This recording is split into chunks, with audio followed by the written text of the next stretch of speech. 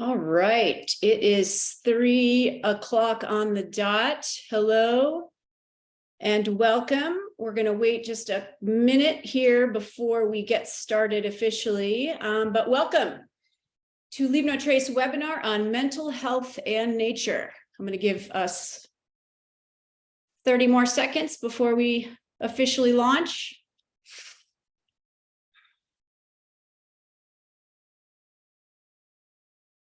All right.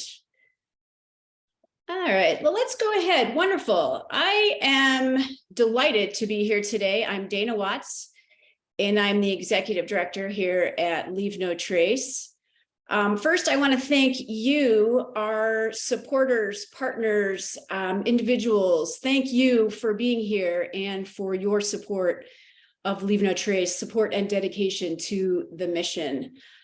We are delighted to have you here today with us, and we're talking about the intersection of nature and well-being. Before we get into the topic, I wanted to just give a quick review on this webinar series that we have introduced this year. Last month, we covered research.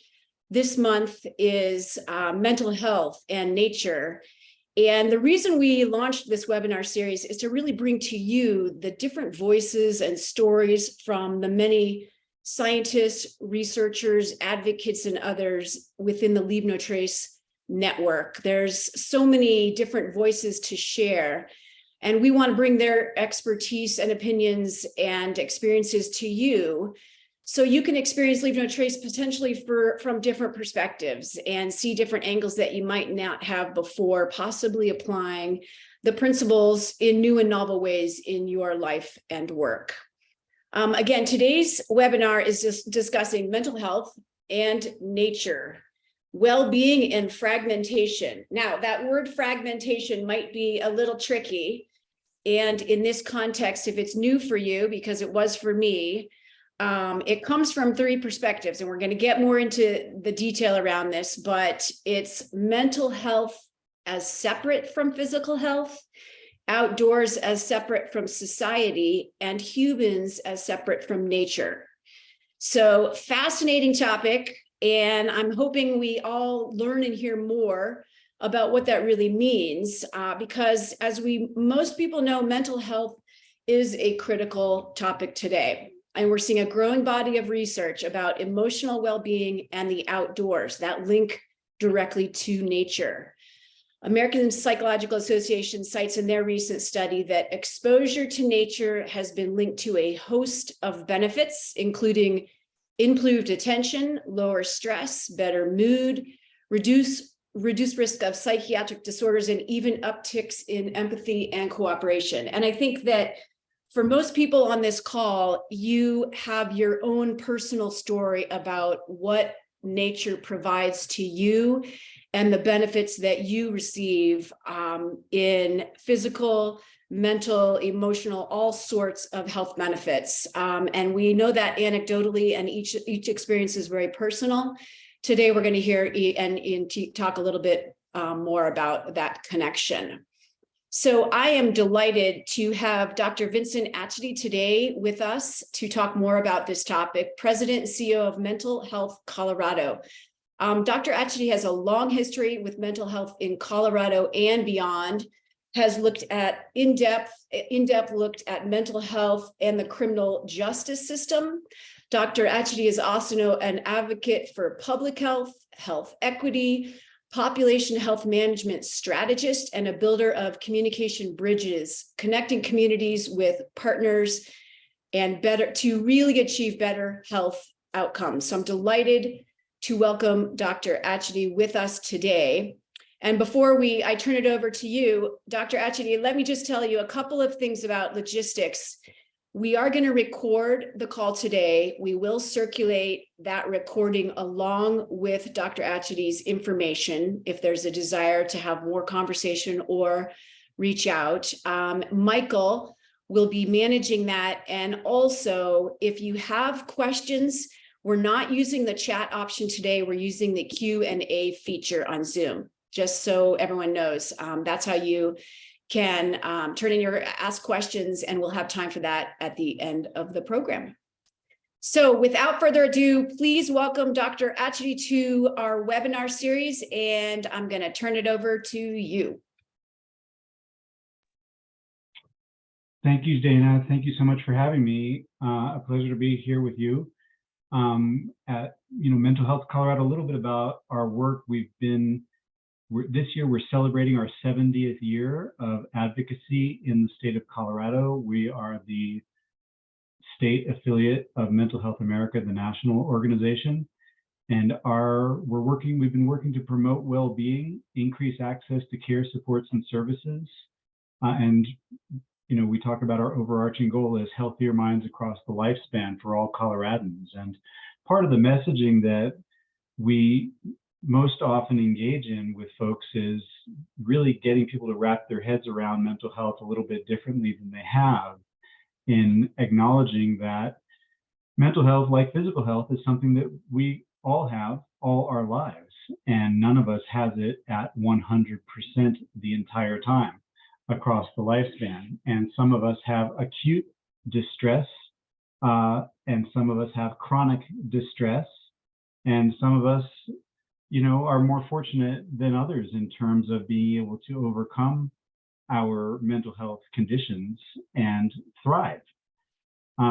So we've got a long history of not doing well and thinking very well about our health. And it's a great opportunity to partner with Leave No Trace, because at the heart of our health is our identity and experience as creatures living on this planet that we're living on. And that's really what I'm going to get into as I talk about fragmentation and what that means. And as I get started here, I'm going to try and share my screen. I've got some slides that don't have a lot on them, but it may help as orientation for folks who are visual and like to have something to look at. So hopefully you see a title slide. Is that right? Good. And hopefully I can figure out how to scroll through them. So as Dana said, I'm going to talk about nature, well-being, and fragmentation. And I talk about this theme a lot in a bunch of different settings, not always in the same exact words. And one of the things that I often begin with, and how do I advance on this slide? Hang on. Nope. If you just click on the slide, it should go ahead. There you go. Very good. Thanks, Michael. Yeah, I always start presentations to folks talking about the word health and what that means for us. It's on the tip of our tongues a lot these days. And I love etymologies. I like to know I like the sort of archaeology of human conceptualization. And long ago, in seeking out more about health, found its definition in the Oxford English Dictionary, which really gets granular in terms of tracing the origins of our words in English, and discovered there what was instinctual, really, and that is it comes back through Old English and Old Norse to a Proto-Germanic word that means whole, sound, well. That's where we get this notion of health. And as we start to wrap our heads around that, which is really what I'm going to be talking about today, I think that we understand more and more intensely in our guts the reason why it is so elusive for us in our place and times to get to health or feel health. And this is why I want to talk about fragmentation, because pretty much as soon as we start to talk about health in this country, we fragment. And if you think about your own experience of health care across your lifespan, you get care for all of your different parts, but rarely is there much in the way of concerted effort to consider you as a whole and provide the care, supports, and services that you might need. One of the first things I usually ask people in trying to find out about their experience of care is, especially in the world of mental health care, is to think back on the last time they sought care when a provider's first questions were something like, so what have you been eating? And how much time have you spent outdoors? These are not the questions that are being asked in most care settings. And to my mind, and to the mind of many of our co-advocates, these are fundamental questions. And some of the most important things that we can do for ourselves, as well as for others, is eat well and get outside and move our bodies to the greatest extent possible. This is what is fundamental. So more on that too. So today I'm really going to focus in on these three unhelpful habits that we have of fragmentation that start really immediately. And, you know, harken back to this notion of health and its resonance through Asian cultures as well, and the recognition in the Book of the Samurai that it is bad when one thing becomes two. And you'll get a little bit more about that, but the first thing that happens is that fragmentation of the self and this division that we are encouraged to perpetuate from earliest childhood between our minds and our bodies, the health of our mind and the health of our bodies.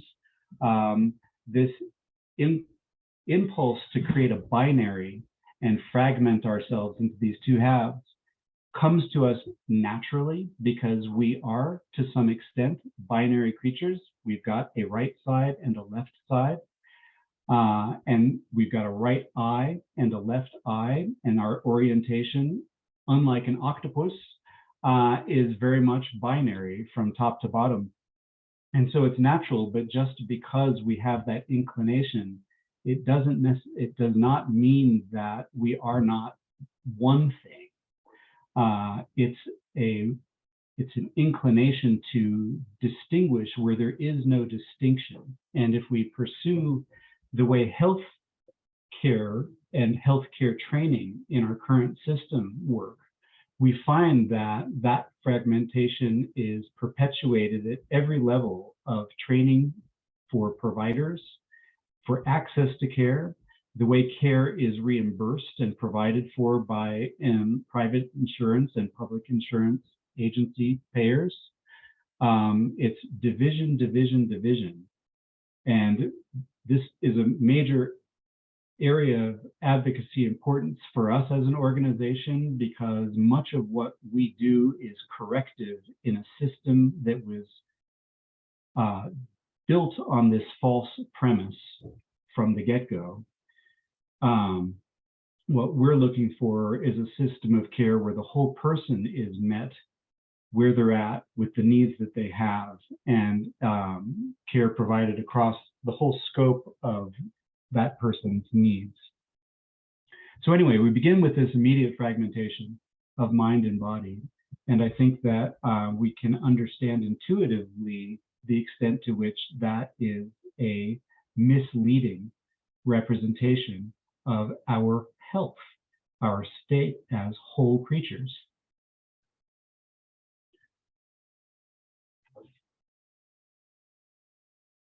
We are at odds with ourselves.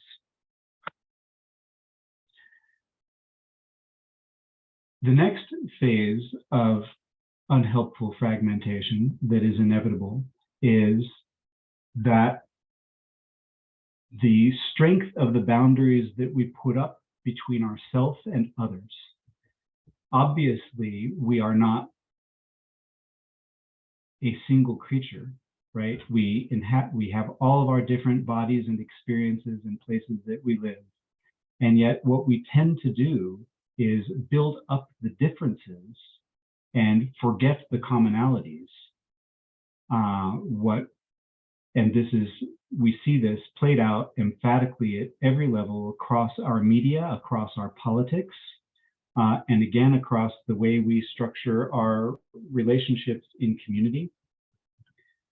Where we do well and produce health in community is where we are able to get back to our oneness as creatures. One of the things that we've seen promising in encounters with elected officials in a bipartisan way is taking people back down to that place where we are the same. You know, we are the same in that those of us who are parents of small children, we want our children to do well, to feel well, to have as long a life as they possibly can, to feel part of a community, to feel like they've got a meaningful life where they've made a contribution to a community. These are the commonalities that make us one rather than many.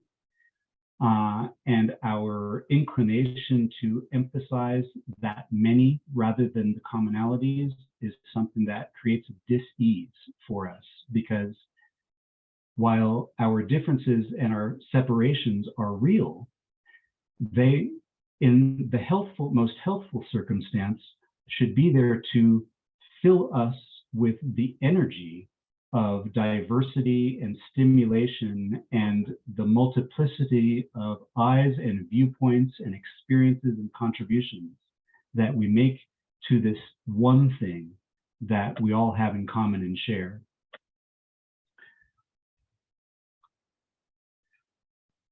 The other major fragmentation that sort of dogs us from the dawn of recorded human conceptualization of being is that distinction also false between human and nature, self and nature. We have these worlds that we have described as artificial worlds,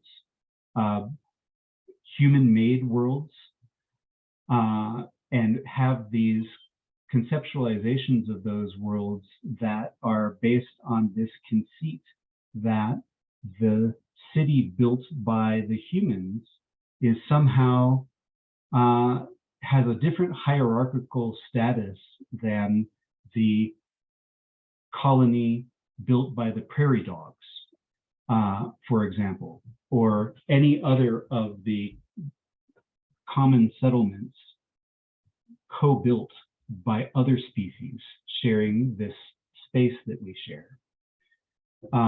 This privileging of human construction pitches us in an unhealthful opposition against the fabric that we depend upon for our well-being as individuals. We are at odds there again with what sustains us and makes our lives possible.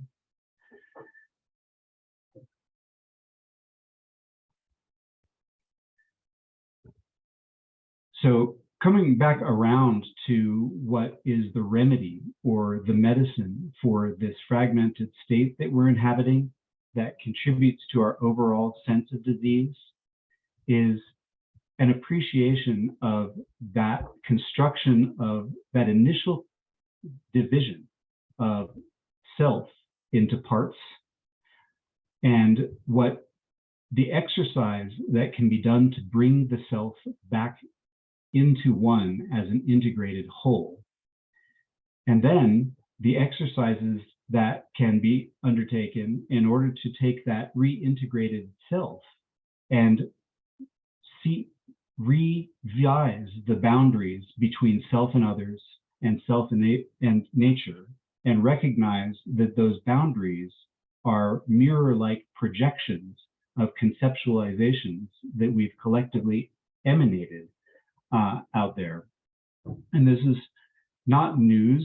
Anybody who's familiar with Thich Nhat Hanh and his concept of interbeing, or dating back to Alexander von Humboldt in the 19th century, this recognition that there is a unity across being that is the fundamental reality, and that this fragmentation of unity into self and projection of self that puts up barriers between what we are and where we are, that can be undone. It can be undone, and it comes back to the reconnection nature, which is where nature ends up serving as the remedy or the medicine for our condition. And, a group like Leave No Trace, we may inevitably think that getting back to nature means getting outside into the beautiful world that we inhabit. And that's obviously true.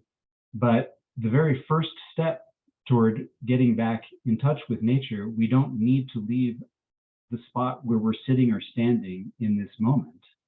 It is the breath.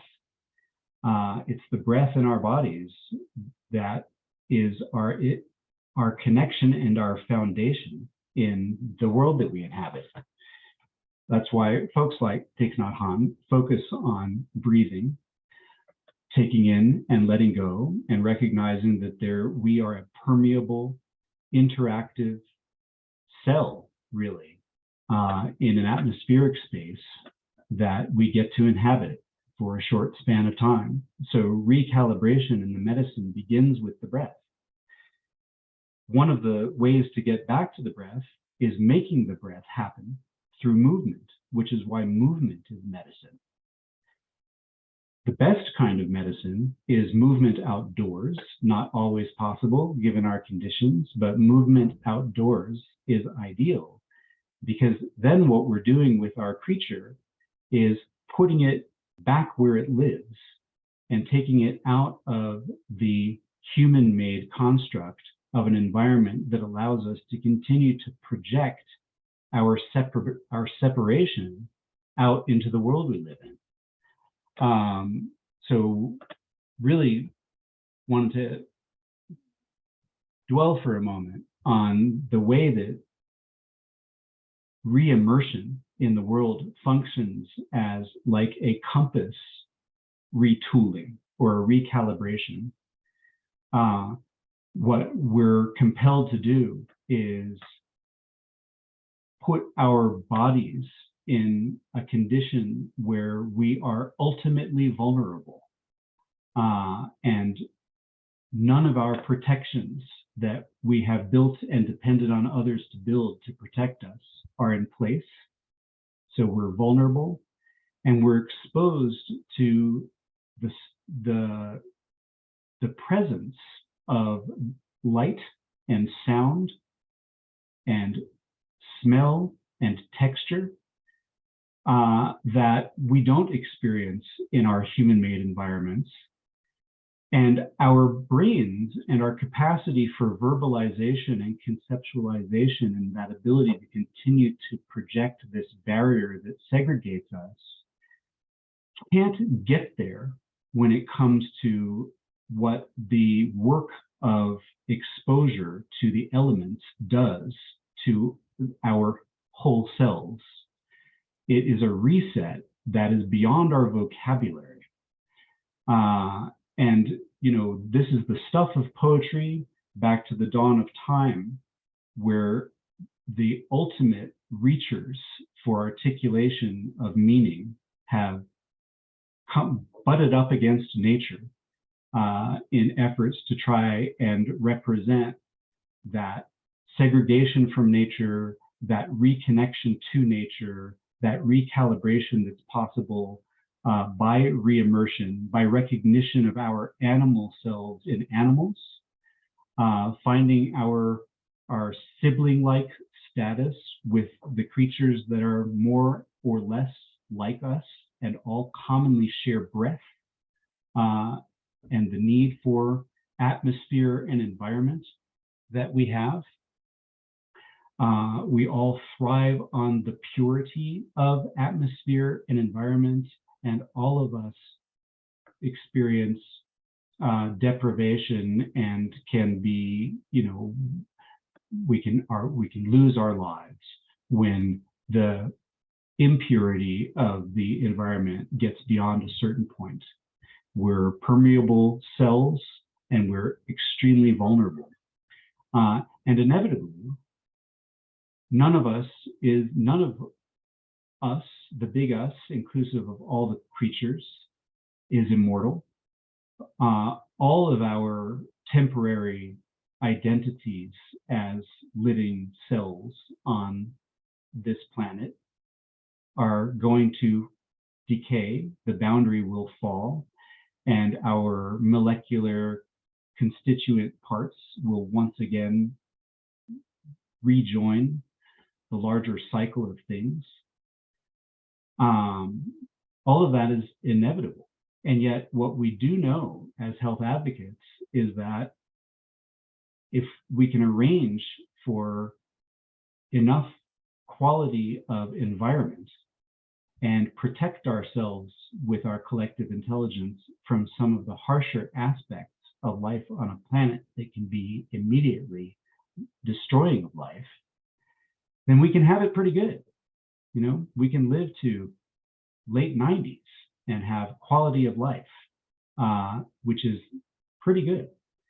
But it's really dependent on the quality of environment and the things that we do to together and as individuals to preserve our sense of shared interbeing and commitment to each other's well-being and to supporting the conditions of life.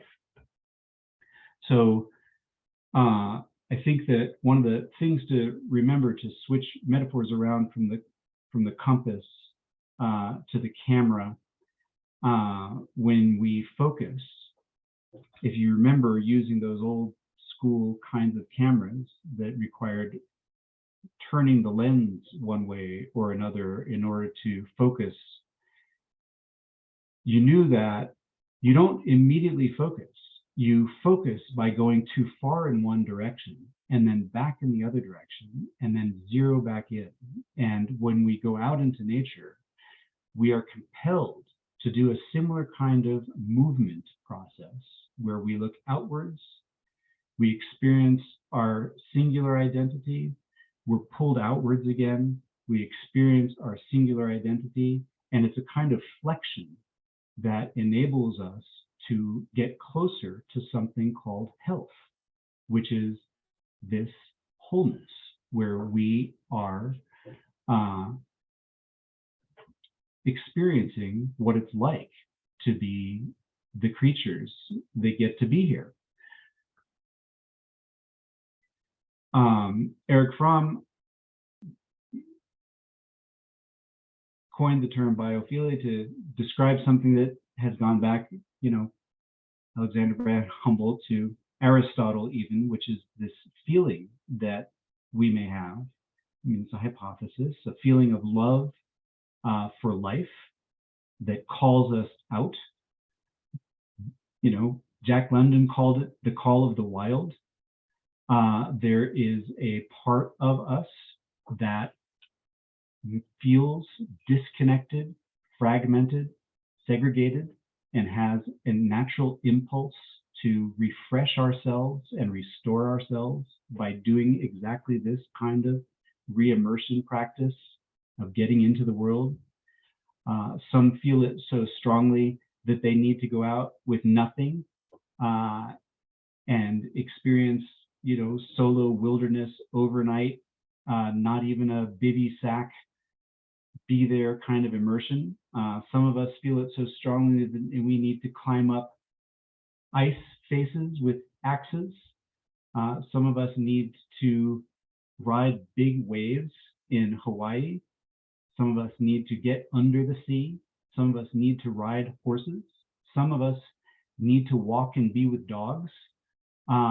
We are called as many different ways as we are different, but it's all the same thing. It's all about recalibrating that human conceit, that segregation of human experience from the experience of being part of something that we're all part of and finding our common place there. So this, you know, partnering with Leave No Trace means a lot for us because we know that supporters of Leave No Trace are the folks who understand this intuitively and feel deeply the truth of medicine is what's good for you, and what's good for you is being outdoors and breaking down those false boundaries and pulling others out, like we're saving people from a burning building, getting them out there, making them spend time out there, getting folks out in whatever their ability level is or state of disability. It's that immersion, which is what we need as we, to achieve wellness and aging, as we come to terms with our limits. I wanted to just spend a few minutes talking about leave no trace and trace leaving, and what that self is that has a limited time frame here and is going to dissolve. Leave no trace is such a great principle in terms of, as we make our way through the wilderness, what do we want to leave behind of ourselves? And in some cases, it's footprints. We're going to leave footprints in the dirt, which won't last on this planet because of water and wind.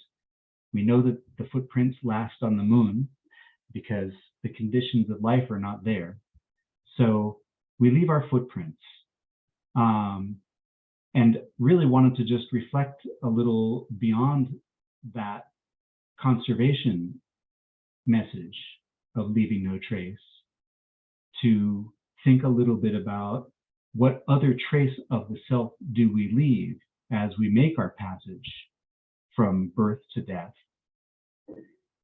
When we head out into the wilderness, it's the footprints. We don't want to be leaving the campfire mess and the empty cans and the toilet paper litter and whatnot, which is all obvious to this gang of folks.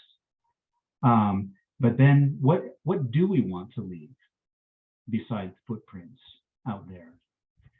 And that's the really tough question for us, because what we are leaving is pretty disastrous. The wilderness may be protected, but we're leaving in our cities, what we're leaving in our communities, what we're leaving in our construction decisions, our transportation decisions, our consumer waste decisions. We are leaving immense traces of self across the planet that don't really create a great picture of humans having a great state of mental health and well-being, in terms of acknowledging the miracle of being human, acknowledging that leaving a trace is inevitable. Most creatures leave some trace of their eggs or their nests or where they lived. Leaving some kind of a trace is inevitable, but what kind of a trace is that? And I think that really comes down to, that is the heart of the policy work that we do. What are we building for each other? What are we building together?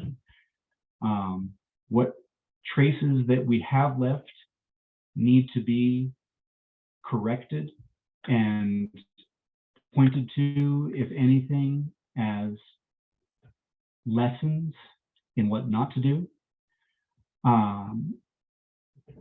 When it comes back to our healthcare system, there is nothing about our healthcare system that was built correctly to begin with.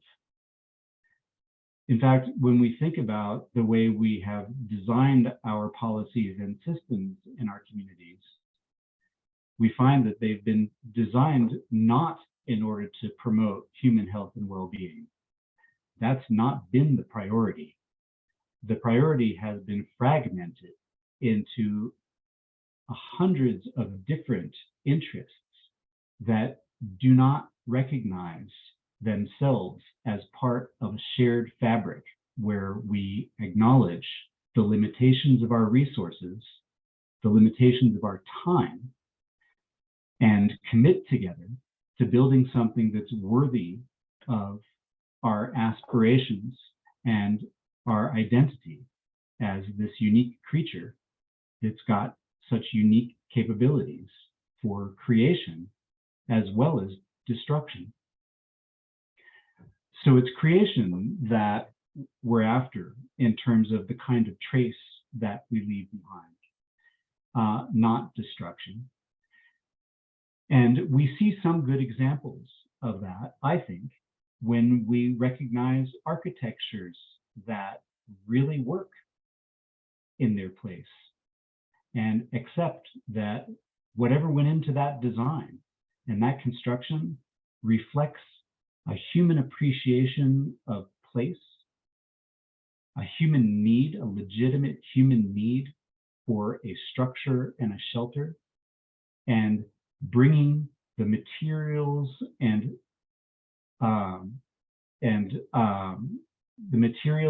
aesthetic possibility of place into alignment with need in order to create something that is successful. This is what we need to be looking for so that we can learn from and advance. You know, I think in terms of the traces that we really want to leave and reflect a lot about William Wordsworth, who was, in the English language, one of the fundamental thinkers about the relationship between humans and nature, and very much, I think, inclined to be in great philosophical alignment with leave no trace and leave no trace principles, and suggested that the best portion of a good man's life are the little unremembered acts of kindness, of love, and how meaningful an understanding of an ephemeral self is. This self that we get to inhabit temporarily, that vanishes with the trace only of messes that we've left behind, structures that we've built, or memories, and the choices that we can make as we move through our time with regard to what little is going to be left of us and what it's going to say about us.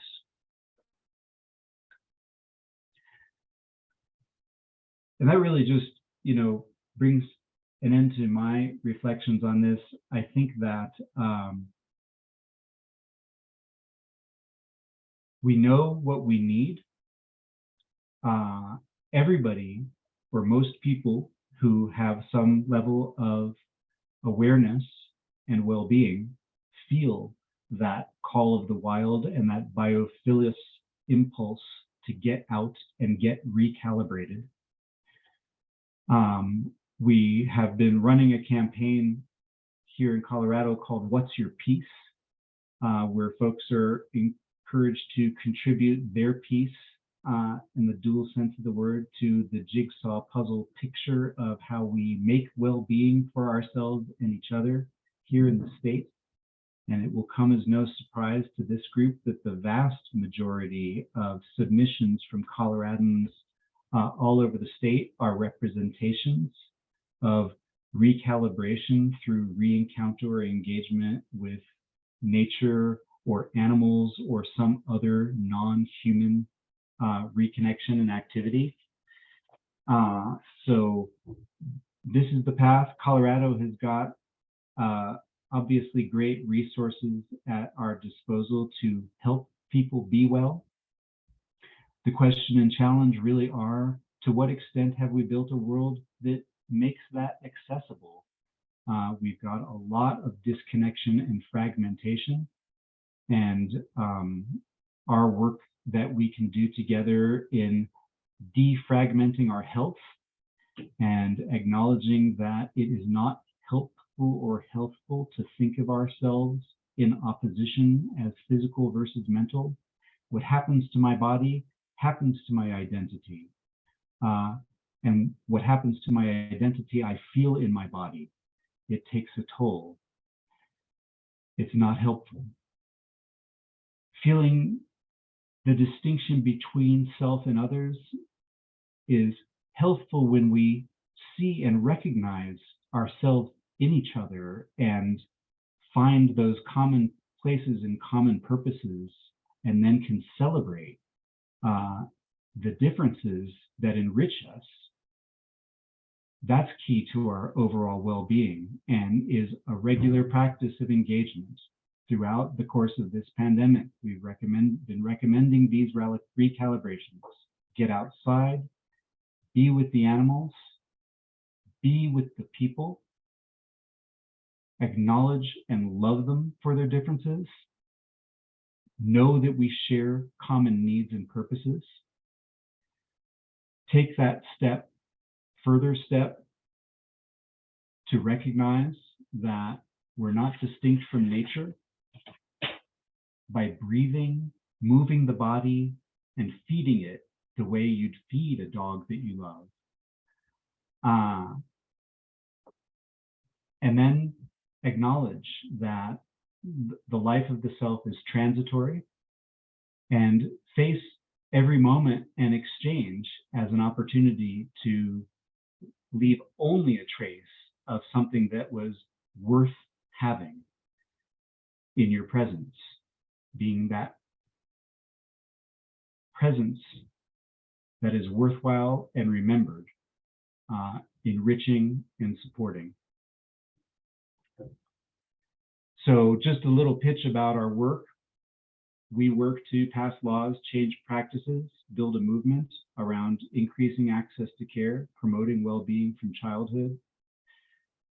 We do a bunch of advocacy at the State House. We've got a number of bills up this session, ranging from things that will help support a strong start for all children to things that support wellness and aging, increase access to care, reducing harm from drugs and alcohol, ending discrimination, decriminalizing mental health. We depend on the voice of Coloradans to be effective in our advocacy. We've got a grassroots advocacy group called the Brainwave, which are folks with lived experiences of meeting or accessing care or experiencing different pathways to well-being. We mobilize that group in order to be influential among elected officials and welcome new members all the time, and are eager to encourage you to join our Brainwave. We send out news about the ongoing legislative session and other things that are relevant to everyone's mental health, and welcome subscribers to our newsletter. I regularly prescribe a variety of different reading materials and films and experiences that are healthful, and I'm always interested in engaging with others and learning stories about pathways to well-being that don't always lie through a therapist's office and a formal diagnosis. Thanks so much for having me. Yeah, thanks so much, Vincent. I have several questions on the list from folks, either written beforehand or during. So just as a reminder to everybody, if you do have questions, please use the Q&A functionality, and I will make sure to sound that out. But the first one's actually, I'm actually going to tie it into a little thing I had in my mind during it. So in a past life as a wildlife biologist, we used to look at the radio collars, the telemetry of a herd of antelope that we were tracking out. And the thing is that it was a perfect rectangle. The reasoning for that was because of fences. All the fences had very low lines on it, so they were stuck inside their boundary. So that's like an actual physical fragmentation put onto another. But the reason I mentioned that is because we've actually seen some improvement in that area in wildlife management. There's whole campaigns in Wyoming, Arizona, elsewhere to just remove that lowest level, because antelope, pronghorn, they can't jump over, they can only jump under. And then also you end up seeing these things like nature bridges to end the fragmentation that roads provide. So to tie all that and segue it to a question that somebody had beforehand, who was a big fan of Shinrin Yoku, and that's relatively new. And I know that there's outdoor OCD camps around exposure response prevention in the wild. But I was curious if you could share about some of these other novel ways that nature and mental health are intersecting these days. Sure. And in fact, we're hosting a summit on alternative pathways to well-being in July, a virtual summit, and we'll be bringing in presenters from an array of different partners across Colorado that do different kinds of things like equine therapy, fly fishing as a pathway to mental health and well-being. There's all kinds of stuff like that. Yeah, awesome. And then another question is basically, when looking at the registration, we had tons and tons of folks who, either have kids or youth or camp in the domain name of their address. And so, we were curious to hear a little more about the intersection of youth and nature and well-being. Yeah, and there's been a lot about this lately, and concerns that are one of the things another thing that parents can be concerned about is the extent to which we have denatured our youth, and we may overly nostalgically look back to a pastoral time when youth involved getting up with the sun and having to do things like help collect firewood and eggs and find water, and have a whole series of demanding encounters with this world that we live in. And what we now have, thanks to all of our human ingenuity, is youth getting up and experiencing screens and microwaves and all of these other kinds of things, and not climbing trees to find nests, and fishing and digging for worms and all those kinds of things. And I think that that's a really legitimate concern, because we've got this real attachment to want to distinguish ourselves from animals, many of us. Whereas I and many others love to be animals. It's a wonderful thing to be an animal, and to breathe and to have limbs and to be able to scratch around in the earth and get in the water and do things like that. Relishing our animal identity comes naturally to small children. That's what the joy of being an infant to a toddler is full-bodied experience of being. I've got a 12-year-old, a 10-year-old, and a 2-year-old, and they're all boys, and they are bodies, and their bodies in the world. And it's visibly, it's just undeniable to see what health is for a body in the world, when what it's doing is chipping at the ice on the bank of a river and throwing chunks of ice, picking up rocks or shells and like carrying sticks and finding the right stick. This is the picture of health. It's the picture of health. And if we can, there's a long tradition of getting urban kids out into the countryside. It's one of the longest standing philanthropic efforts in New York City, is getting kids, inner city kids, out to the countryside. It's the most important thing. Outdoor education is the most important thing. Yeah, thank you. It's two things worth mentioning. One, you mentioned, getting those from urban areas outdoors. I did want to just plug one of the Leave No Trace programs. We do Urban Connections, which is something along those lines, where we pair with local community groups to get folks out in the wild. We send along our traveling teams. So if that's something of interest to anybody, please feel free to write us.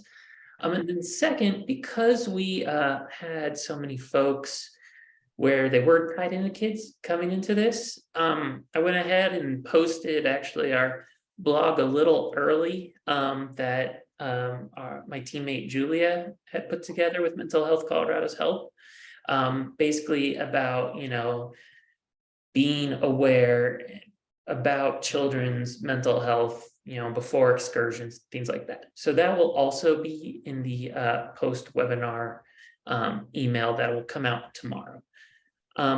One question that just came in, and I think this probably ties very well into your work with Equitas, which I'm familiar with, but maybe not everybody is could you please describe your specific work with underserved communities? So that's BIPOC, elders, people with differing abilities. Oh, sure.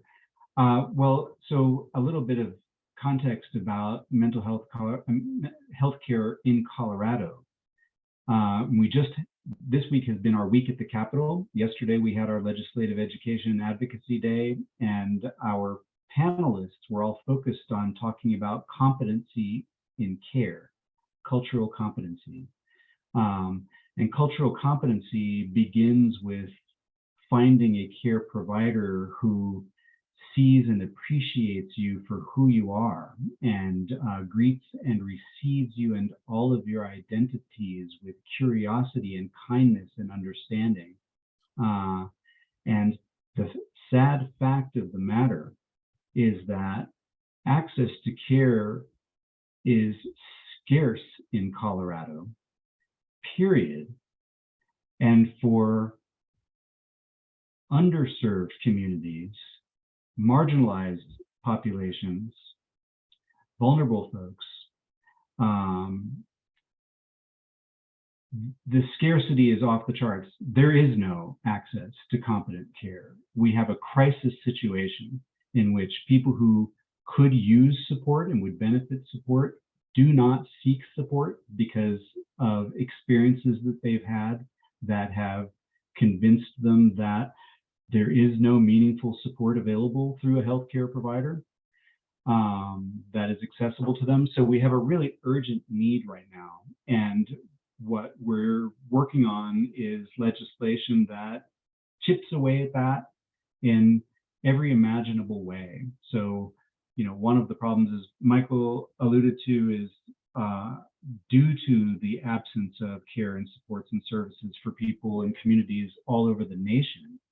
What we have is people experiencing acute crises as well as chronically unmet health needs, and which lead them to involvement in our criminal justice system, because people are picked up in different settings, and there's no place to take a person in order to support wellness. And they get picked up often enough, they end up in our jails and prisons. We begin going wrong with supporting populations from early childhood, where access to care, supports, and services are scarce. The quality of support in educational settings is poor. Educational settings are poorly connected to other supports and services. So all of these are sort of systemic failures in a system that has never been designed to support human health and well-being. And we have our work cut out with this, and it's all about creating equity so that all Coloradans have an opportunity to thrive to the best of their ability from one end of life to another.